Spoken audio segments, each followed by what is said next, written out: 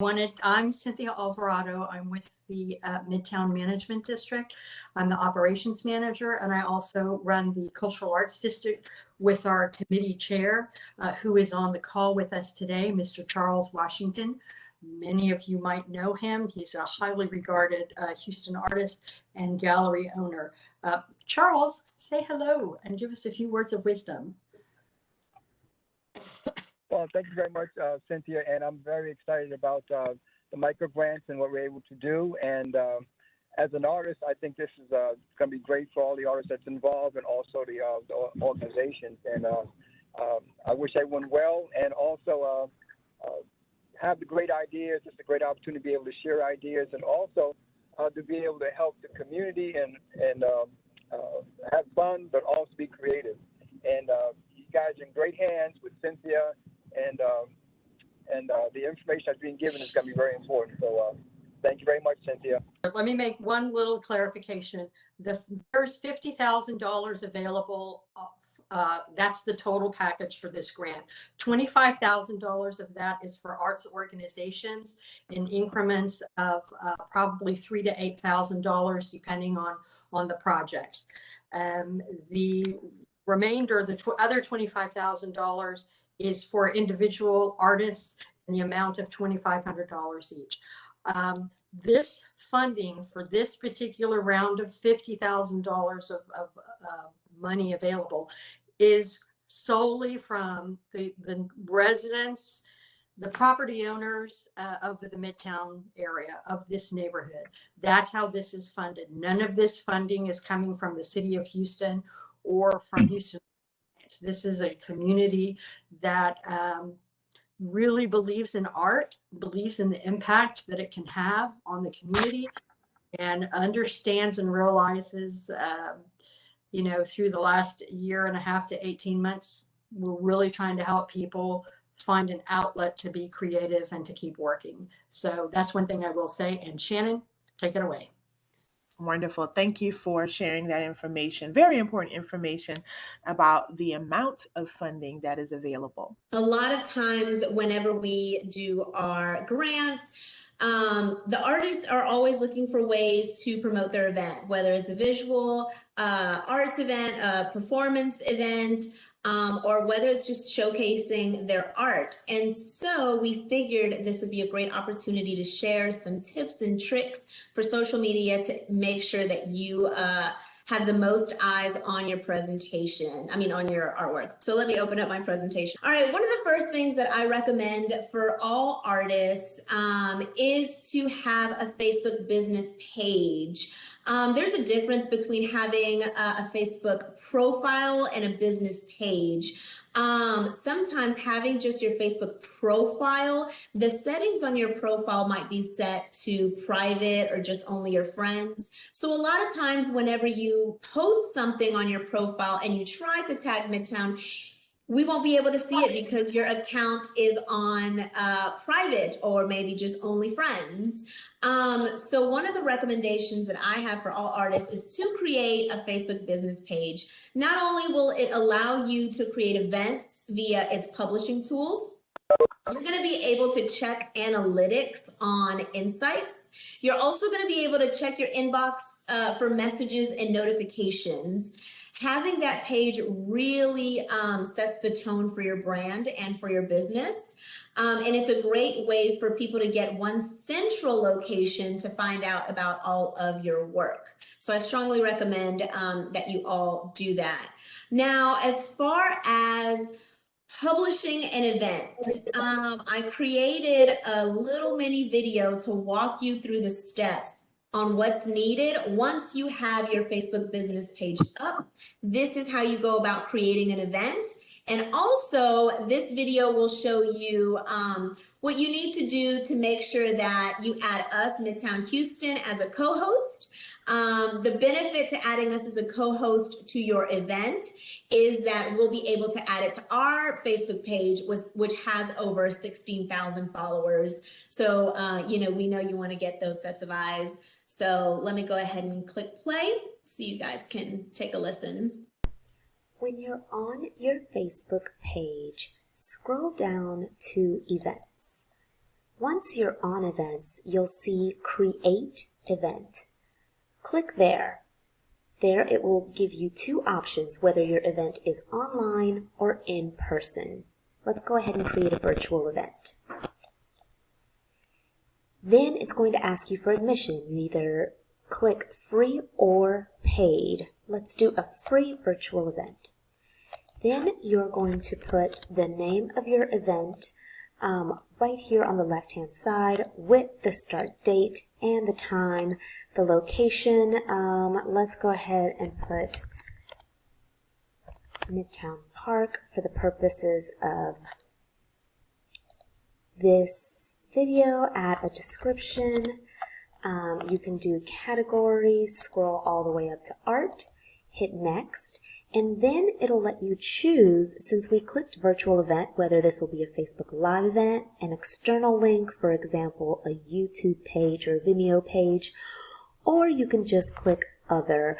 So for example, if you're doing something via Zoom or another platform, then this is where you'll click. For the purposes of this example, we'll just go ahead and click other.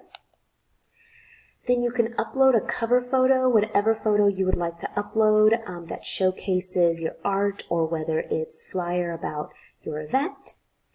And then this is the part where I want everyone to pay attention to, the event settings. Make sure to click that. There's an option here that states only admins can post an event. I turn that off so that everyone is allowed to post in the event. And then for co-host, do not forget that since you are receiving this money from Midtown Houston, you are able to add Midtown Houston as a co-host to your event. And by doing so, it allows us to then add the event to our events page on our Facebook, so more eyes will be on it. So I highly recommend that under co-host, you type in Midtown Houston. Now, since I'm currently on the Midtown Houston page, I'll go ahead and click our other Midtown Houston Arts Facebook page that we have.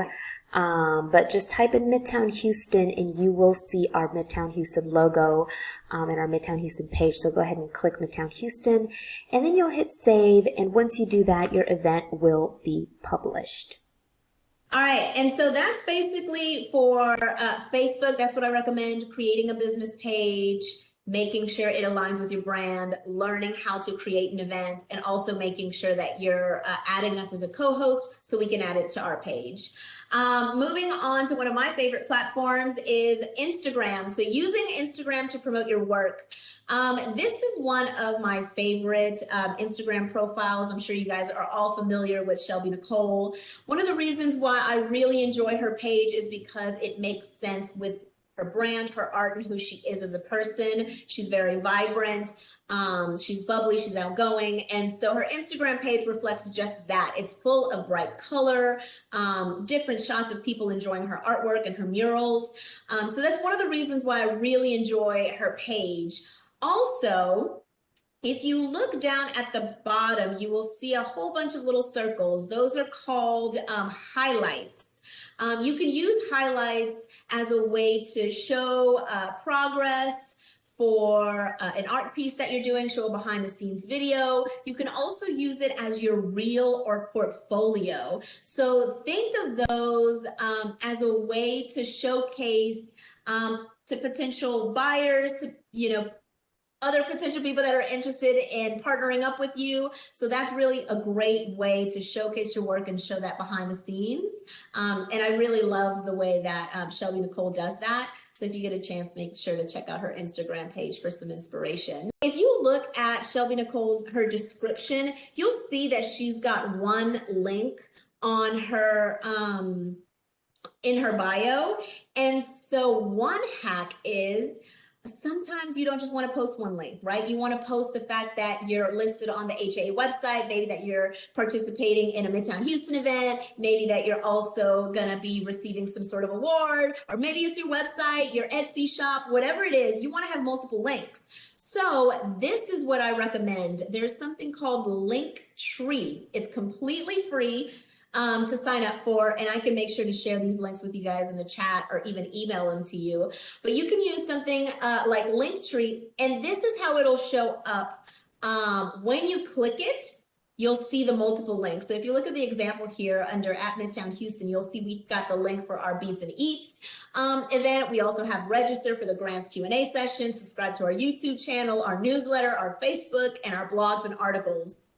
And so what that does is it just gives one link that you can share on your Instagram bio that'll take you to multiple places, the other places that you want people to visit. So Linktree is completely free, so I recommend you taking advantage of that. If you're looking for an app that does the same thing, you can use Milkshake. Here I have a screenshot of the app so you know what it looks like. It does the same thing that Linktree does. And then also making sure that when you start posting on Instagram, you use hashtags. Hashtags are so important. One of the tools that I use for hashtags is that website, all-hashtag.com. Free website, and it'll help you locate the most popular and targeted hashtags for what you're looking for. So let's say you're performance arts, and so you type in performance arts, and sometimes dance will come up, movement, different hashtags that are relevant to whatever it is that you're working on. Like I said, those are all completely free, and I highly encourage you all to take advantage of it. Here's my other tip for you. I know what you're gonna say, Madeline, we don't have the time to post. Madeline, how are we supposed to post and post on multiple platforms? And I don't have the time for that. I'm an artist. I've got things to do. I get it. No worries. There are ways that you can schedule your posts. One of my favorite ways to schedule posts is using Facebook itself. I don't know if you guys know, but Facebook, Mark Zuckerberg, also took over Instagram. So you can actually use the Facebook platform to go on. You'll take a look at my screenshot. Look on the left-hand side, you will see publishing tools. So when you're on your Facebook business page, you'll click on publishing tools, and it'll take you to a handy dandy calendar where you can go in there, upload your post, whatever it is that you want to post, upload your video, your pictures, your links, and then you just schedule it for whatever day you want it to do. So all I'm asking is that you guys take at least one day out of the week for just 1 hour to, yes. Is there a question? No, I like what you're saying. Okay, perfect. So yeah, just take one day, 1 hour to go on your Facebook business page, go to publishing tools, schedule your post out for that week. It'll save you a tremendous amount of time. And guess what? It's completely free. And like I said, not only can you schedule for Facebook, but on Facebook, you can also schedule for Instagram. So that's a really great partnership, makes it easier on all of us. You can also use other platforms that are solely for scheduling purposes. Hootsuite is a great website. You can create a free account on Hootsuite to help you schedule posts. You can also have a paid account if you want to have multiple social media channels on Sprout Social. But again, my favorite, making sure free and easy, that's always my go-to. So using that Facebook scheduler will probably be your safest bet. And with that, that concludes the end of my presentation, unless anyone has any questions. No, we liked it. We learned something. Okay, great. Madeline, you're fabulous. So, Amazing. and so these are tips and tricks that you can just start your business Facebook page for your project, for your organization, and roll with it. Shannon, are you ready to go? I am ready. Let's try to do this share thing again. Okay, great. Okay, can everyone see my screen? Yes. Yay, okay, that part was successful. All right, let's get started. Thank you so much for going through the social media portion as well. That was great, Madeline. Okay, so let's get down to the most important part. Okay, the deadlines is for individuals and organizations is on Sunday, June 6th, 2021 at 11:59. Okay, I have a typo in there. I'll fix that. However, we're actually 2 hours ahead of Mountain Time. So you get a little perk. You get an extra 2 hours. It's actually going to be due on Monday, June 7th at 1:59. So this will be corrected. I'll go in there and correct that. So it's due on Monday, June 7th at 1:59 in the morning. So I still would suggest, that's good sleeping time. I wouldn't want to go into the next day anytime past midnight working on your proposal. That's a no-no. We're going to be here to help you build a successful application and answer your questions all the way up to a few days prior to application deadline. Okay. Right. So let's talk a little bit about the grant process and the timeline. Okay, the opportunity was released earlier, so we're already a couple of days into the mix, which is great. And that's why we're here to answer questions and get a couple of things out that you've already been in the application portal and you have some feels for. So we'll talk a little bit about that. Again, the deadline for submission of Q&A. So any questions that you have that we don't have the opportunity to answer in today's presentation physically, you can actually email the district. And that email there is on the screen, and we'll make sure that we keep the email online as well for you to access. But you only have up until Thursday, June 3rd at 12 p.m. Central, which is noon. Okay, so take every opportunity that you can to ask questions today, to follow up. We'll be making sure that we monitor the emails. Cynthia will send whatever emails that's relevant to me for the proposal, and any type of tips and questions you have from Madeline for social media, she'll get those. So we have a team that's ready and waiting behind the scenes that'll be able to answer all your questions and make sure that you get this application in on time. Okay. Grant submission deadline, again, is Sunday, June 6th, 11:59 p.m. Mountain Time. If you're not here in Houston and you're applying virtually, you happen to take vacation and you're out in LA where our consultant is, that's fine. But 1:59 a.m. Monday morning, that's when the grant portal is going to close. So you got a freebie of 2 hours, okay? The next step in the process is selection and approvals.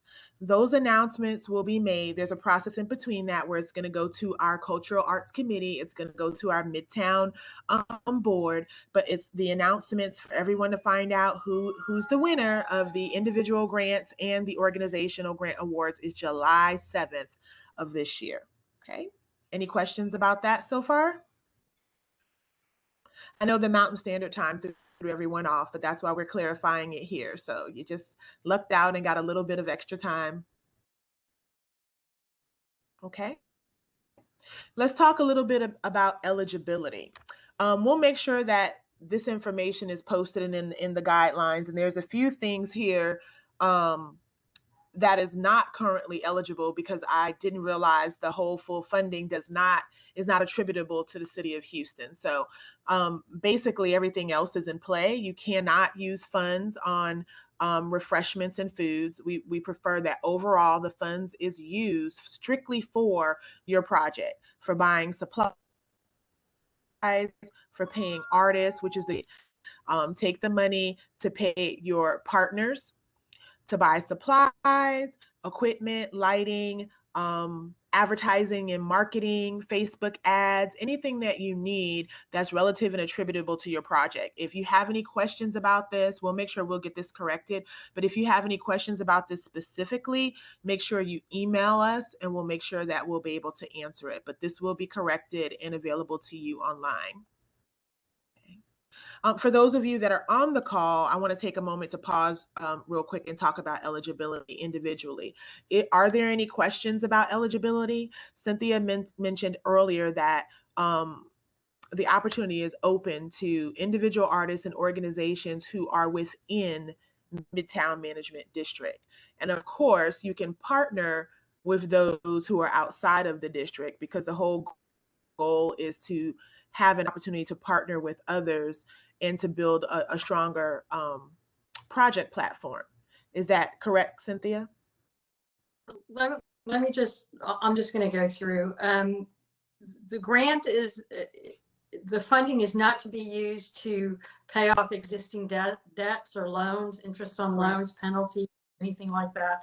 We're not making funds available for training. So if you want to go to an academic program or a conference or a class or workshop, it's not available for that.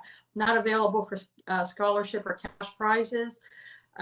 Any activities taking place outside of the Houston city limits, including, you know, in a neighboring community. Projects are to take place in Midtown Houston community or to be virtual in nature. The funds are not available for benefits or galas. They're not available for faith-based organizations. Right. They're not available to purchase equipment except for rental costs or equipment directly affiliated with the funding of the project or the program. They're not available for capital building expenses, meals, refreshments, catering, projects or productions, programs that include obscene material as defined by the Penal Code of Texas, and that is on the grant application. This funding is available for any art organization or artist or group within the city limits of Houston. That's it. Wonderful. Thank you for that clarification, Cynthia. Mhm. Is there any questions about eligibility while we're discussing this? Okay, great. We'll move on. Okay.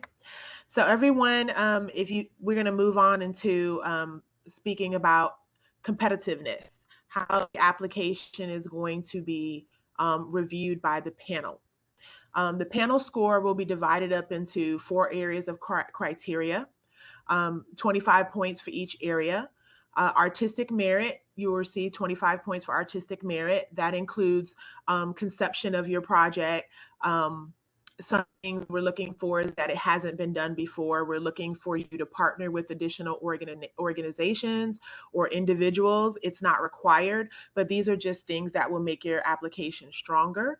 Also, you want to focus on aesthetic excellence. When you come up with a project, you want to make sure that it's something that's going to grab an audience, that it's going to attract individuals to, you know, that you're going to build an audience for participation, that people will be excited about your project and want to participate in Midtown and come to, if it's public, you know, you do social distancing. But if it's online, you want to make sure that you have all of the components together to draw and attract. And a lot of that will be helpful for what Madeline had mentioned. You want to make sure that you put together all those pieces, that you make it accessible to those who can participate in person if you're going to do it socially distanced, and then have that other piece of it where you're going to share it virtually as well. So that's when we're talking about aesthetic excellence, that you're making sure you maximize the opportunity to draw a large audience as much as you can, especially in this day and age of COVID, as much as you can.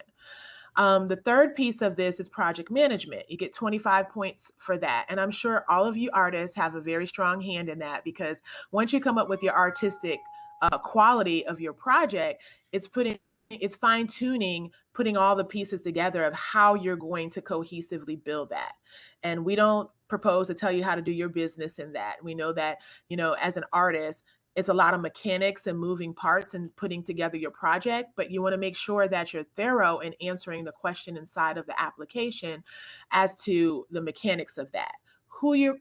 Try to describe who you're partnering with, your venue, how you propose to build upon the project, if it's visual arts, if it has a component of music, if it has a component of poetry. You want to make sure that you have all those pieces and the run of show prepared so that the panelists can understand clearly how your project is going to be presented in the final product. Okay. Number 4, that went along with mostly everything that I shared, feasibility of plan. Can it actually be pulled off?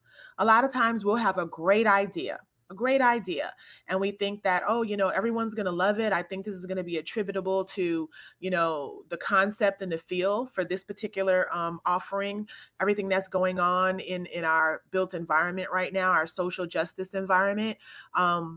Is it going to be feasible? Am I going to be able to pull in this partner, that partner, or be able to have the venue location? Will I have enough parking if it's going to be public viewing? Am I going to have enough space to do social distancing? Because we can't have full capacity right now. So we're just still moving forward in that line of action. I would like to say that don't leave anything out for guessing.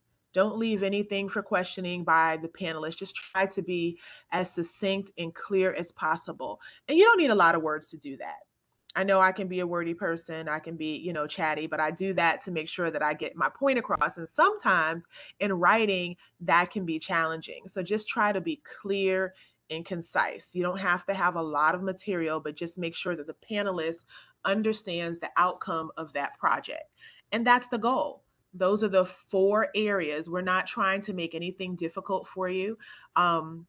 And thinking about the concept of this grant, the last panel voted to continue with these 4 areas of merit. We didn't want to throw anything else in there extra. It's a simple grant, but these are the areas that you need to be the strongest in. Make sure you put your best foot forward. And if you have any questions during the application timeline, again, you can email the district, and Cynthia, myself, and Madeline, and part of the committee probably will be able to answer that. We'll make sure we get those questions answered for you. Okay.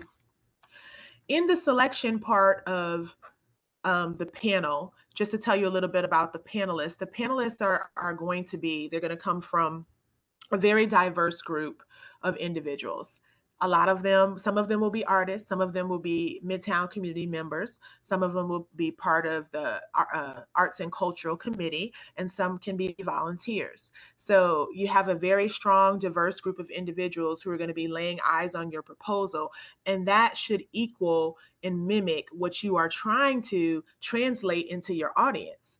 So think about that multiplex that they're putting together, a nice slice of what could essentially be the outcome of your audience. That's how you want your audience to look. You want to draw upon a very diverse group of individuals that you want to be able to paint your story and your picture to. So the selection committee is very similar to that. So they're coming with different backgrounds. There's not going to be anyone who's jaded about your project, or, all artists love art. No, it's going to be a very diverse mix of individuals who are going to be supportive of these projects. Okay. After the selection committee has reviewed all of the projects, they're going to make a recommendation to the Arts and Cultural Committee. And then that information will further be moved on to the Board of Directors of Midtown Management District. And that will conclude the process before you finally hear who is selected for these awards, this $50,000 of grant funding. Cynthia, I feel like you wanted to add something there. True. I wanted to talk about the actual core of the grant itself. This call is open to all Houston organizations, professional artists, teams, designers who are willing to support, uplift, and partner to address artistically some social issues of social injustice. And we selected 8 different topics that people can think about using their art to uplift. Voting, climate change, healthcare, refugee crisis and immigration, body autonomy, racial injustice, gun violence, and LGBTQIA communities. So that's the core of what the panel's going to be looking for. Art that addresses and teaches, uplifts these subject matters. They were also asking if the artists could incorporate multiculturalism mediums into developing, the artwork around those social justice topics. So, and all of this again is on the grant. The multicultural mediums that they're looking for is music, dance, theater, visual arts, and creative writing. So the goal is, if we have a theater arts group to get with maybe an artist that does music, or maybe an artist or an organization that does visual arts. Get these two organizations that would not typically work together, partnered up together to come bring a project, maybe surrounding gun violence, something like that. That's kind of what the panel is looking for. Their thought was that they could do more, we could see more happen here than just funding a one-time project.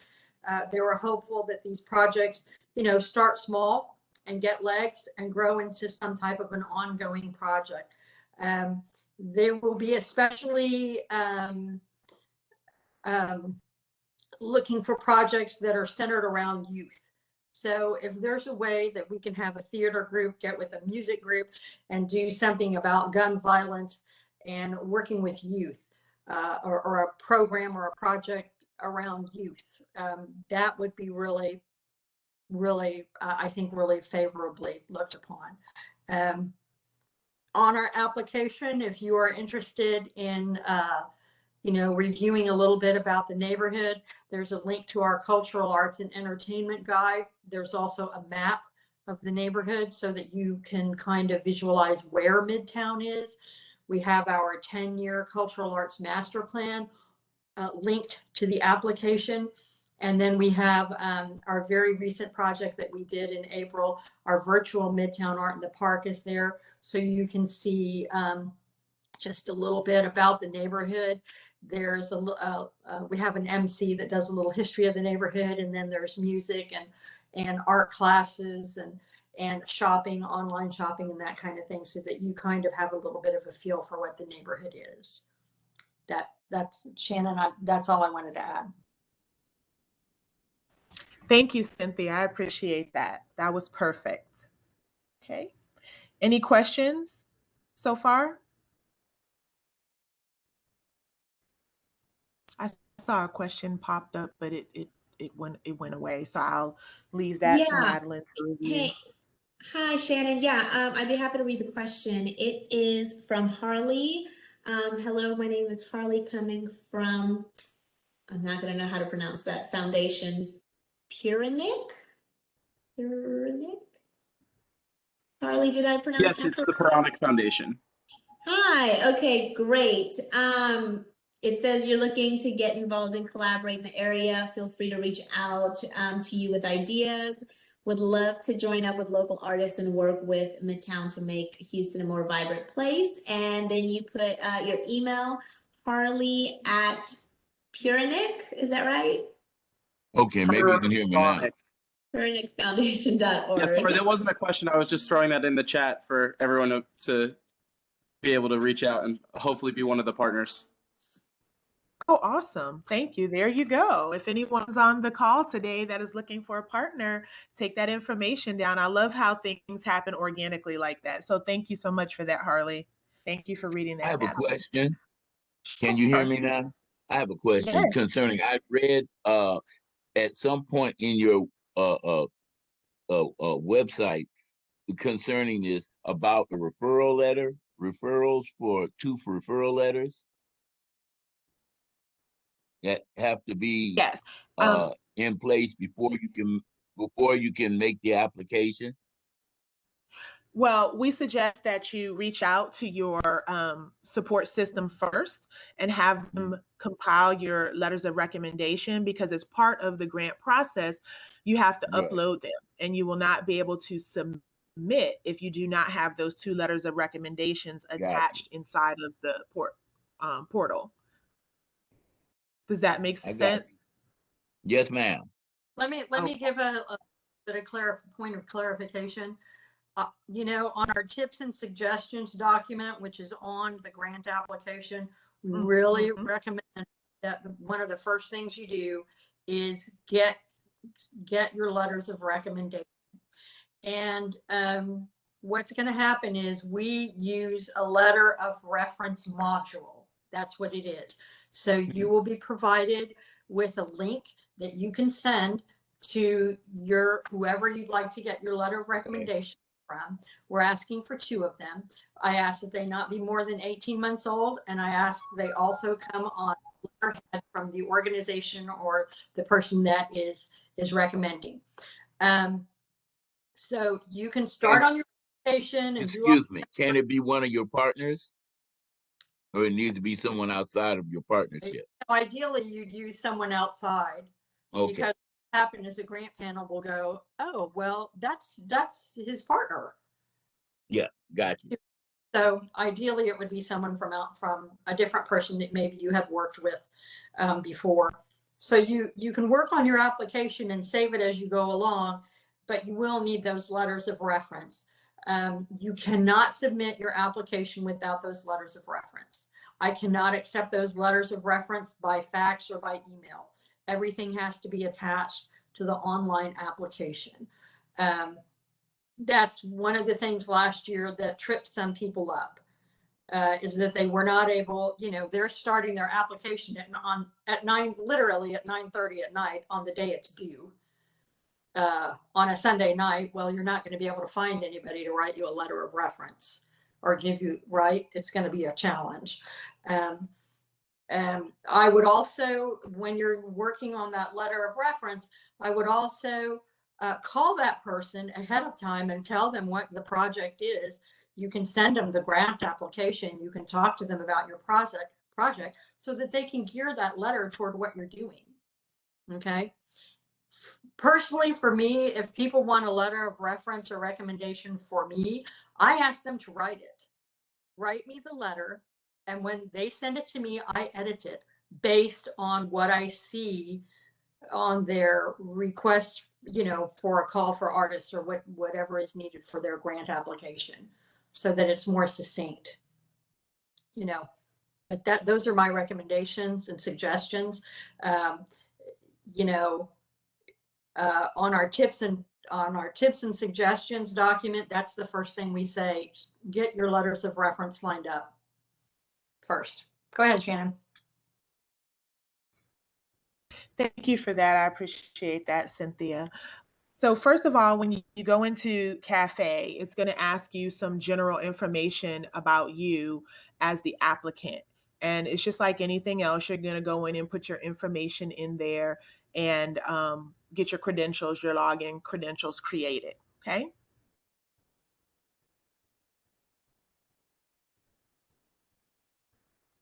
Okay. Then it's going to ask you to upload media first. This may be moved around. The last time I looked at it in the 2 days, the headers were moved around. So don't worry about that. The content is still the same. So I'm just going through this for information purposes because the information is still the same. So you're going to be able to upload media, and in the guidelines, it does give you information in regards to the size of the media and how many images. I think that we're still able to upload up to 3 to 5 images and 6 audio and 6 video, but don't worry about that. It'll be inside of the portal, but you'll have the opportunity to upload audio, video, or images to share from your past work, whether it's with your partners, whether it's a video clip, a short snippet of what you're working on for this project in the collaboration. If you want to do a little video feed between you and your partners, or you want to do a little intro, you can provide that as well, and you have the opportunity to upload it inside of the portal. Okay. Any questions about media and uploads and support documents? Okay. So the questions are laid out inside of Cafe. And again, you'll be able to label according to your artwork title. You can label each support document, what type of medium it is, how large it is, if it's a picture. If you're doing visual arts and you're going to have a gallery showing, you're going to have a collaborative gallery showing, you want to be able to share with the panel the height, the width, and the depth of each piece. Or you want to be able to explain the height and width and depth of the pieces that you've had in the past to show as an example. So just do your best to try to put this information into the portal so that the panel has as much information as they're able to read. Okay. And there will be a drop down when you go to select you'll be able to select image, audio, or video. So it's really easy. You're just going to select which one it is, and it'll move you through the process to upload that into the portal. And you'll get a confirmation page with a picture of the image of whatever you uploaded. So if it's a picture, there you go. It'll show you on a size. It'll just drop it down real small. If it's a video, it'll be a video with a little triangle, sideways triangle that shows the video, and it'll give you a confirmation that is there. So this is really helpful. If you don't see anything there, that means that whatever you uploaded was too large, or it just definitely didn't attach. Because my experience with Cafe is that it will give you a picture of an image. So if you don't see anything and you need technical assistance, don't wait, just send an email so that we can help you. And a key to resizing your documents, let's say I like to take the images and save them as a PDF. So JPEGs are great, but they don't need to be JPEGs. You can take that picture and you can save it as a PDF. And there's a trick to PDFs. You can go save as and reformat it down to a smaller version of a PDF. It'll basically reduce the size format as well. So that'll give you more space and you won't go over the allowable size. Now, we haven't had issues last year in regards to the PDF size, but that's because we went over this process as well. So if you have any questions about that, just let us know. You don't have to save as a JPEG. You can save it as a PDF and then save down to a smaller picture. And another helpful tip about this as well, you can do multiple pictures and combine them into a PDF. So that way you can save room for your attachments. It's easy. It's an easy trick. You can get 10 pictures in one attachment instead of using up all of your number of attachments and running out of space to share with the panel different examples of your former work. Okay. Any questions about that? I actually had a question about performing art, performing spaces. I know of Midtown Arts off of Holman Street. Is that part of your Midtown? It's right across from like the Houston Community College on Holman Street. Say that one more time, Mr. Alston. I'm trying to get performance space in that area. And so what I'm looking at is I'm familiar with Midtown Arts Center on Holman Street. Yes, that's in Midtown. Okay, and what about Match? Yes, absolutely. Okay, thank you. Okay, so this is the apply now button for the application. And as you can see, before you hit the apply button, we have the contact information again. So any questions, there's always the information on how you can contact us. Again, the entry deadline is 6/6/21, but for all intensive purposes, it is Monday, 6/7/21 at 1:59 Central Time. Okay, so we have 23 days from now before the application is due. Okay. And here's the information about the media that we were speaking of. Images, minimum 4, maximum 8. Audio, maximum 2. And videos 2. And again, so total amount of uploads would be 8. So just to reaffirm and let you know, you can kind of trick the system a little bit by doing a PDF and combining more images in one document so you can save room if you have more than the number that you need. So maximum of 8 uploads, and that should be fairly simple and give the panel a nice diverse mix of what your work represents. Okay.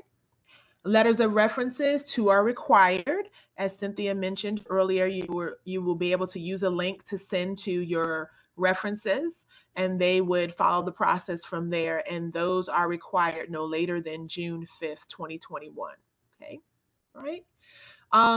This is a really great opportunity. Cynthia went over the actual compilation of the grant and what we're looking for this year. So that information can be found in the guidelines as well as tips and questions. You'll be able to click on the link and you'll be able to get those support documents there as well. Okay. Right now, we are doing the virtual Q&A, and this video or a similar video will be uploaded for your future reference. Okay. All right, on to the next screen. We've talked about the funding.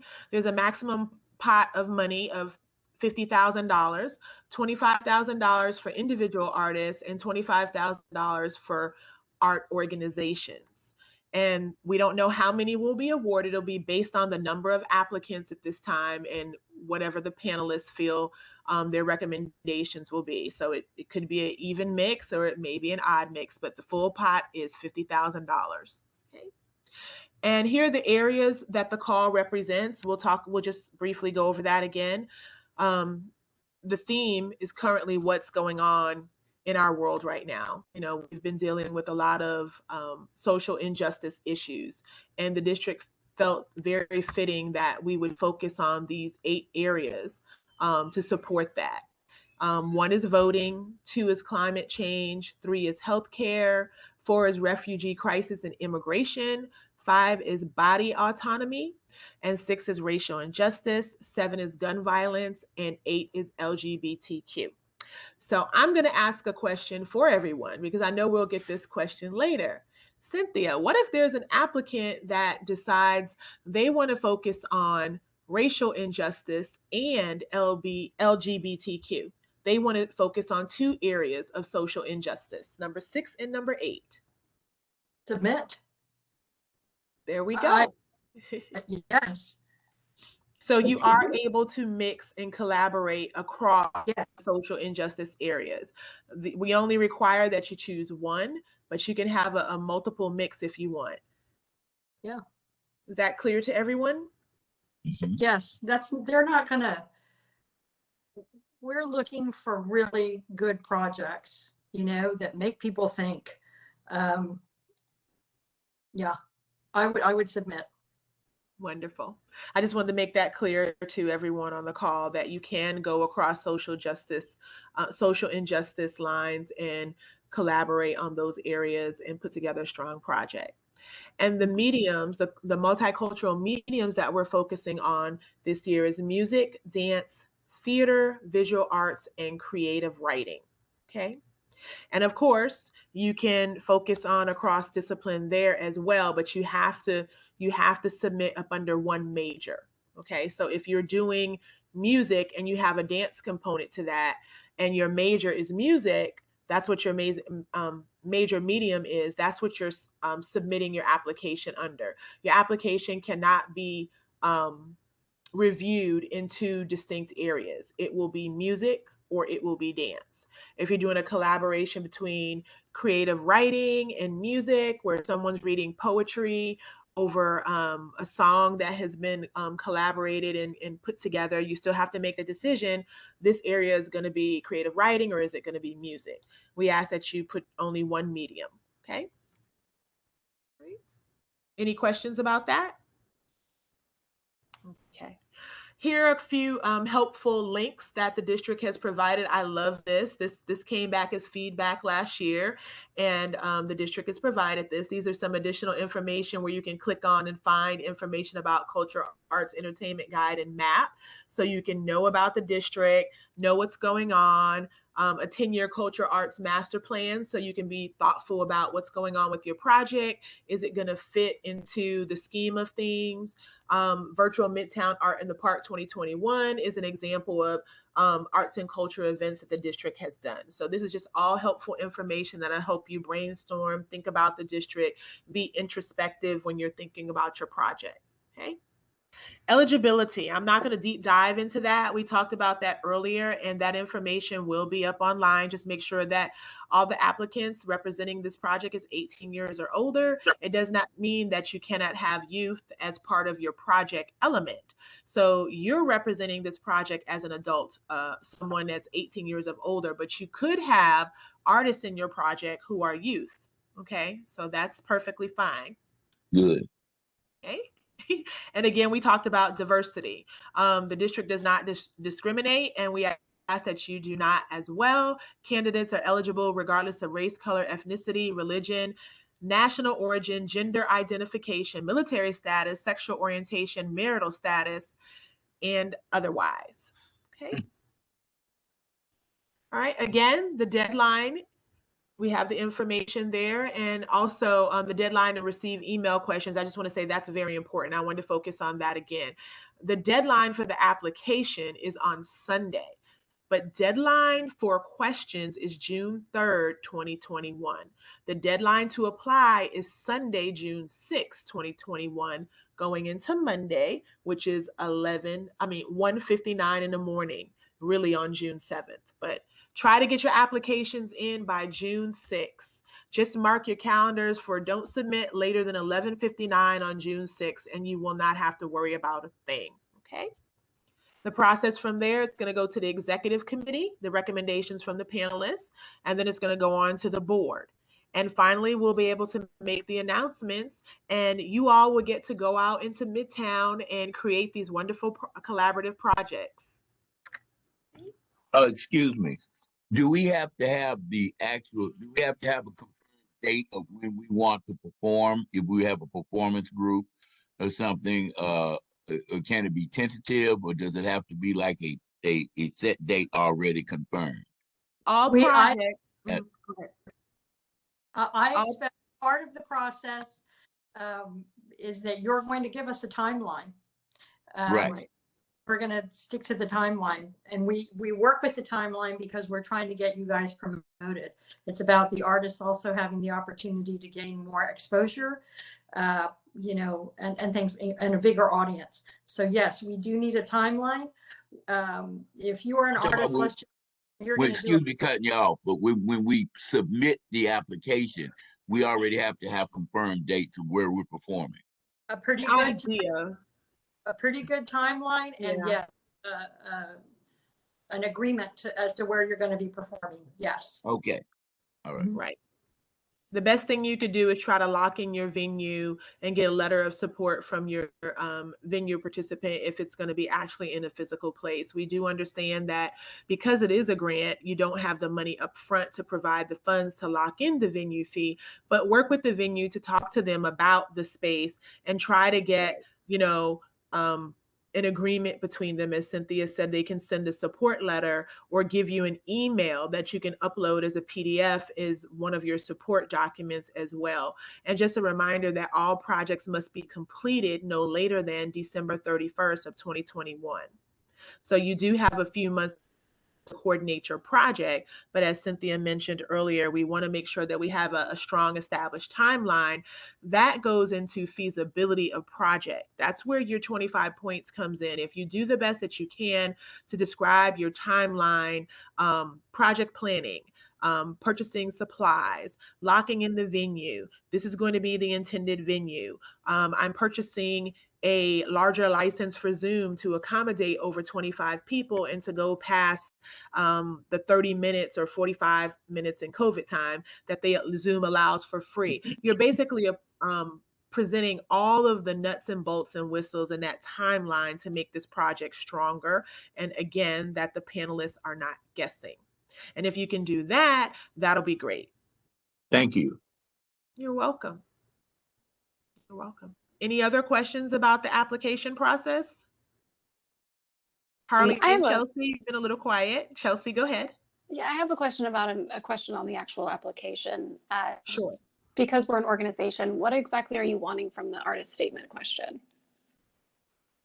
I would say whatever your mission statement is for your organization would suffice. Thank you. You're welcome. Simplistic. Yeah. We're not trying to make this any difficult for you. We basically are interested in the project elements. We just want to make sure that everyone is eligible to participate in the grant funding opportunity, but we want to see some really thoughtful, fruitful, collaborative partnerships. So that's the key to this. Any other questions? Okay, then I want to thank everyone for participating today. Shannon, thank you for running this show today. I appreciate it. Madeline, I feel like thank Madeline you very ran much. it. Thank you, Madeline. Madeline, for your fantastic social media presentation, and for manning the helm here on the WebEx. We appreciate it. So if there are any other questions, you guys can email me at calvarado@midtownhouston.com. And we will see your applications before the deadline. Please submit them before June 6th. Thanks, everybody. Have a great night. Bye. Thank you. you.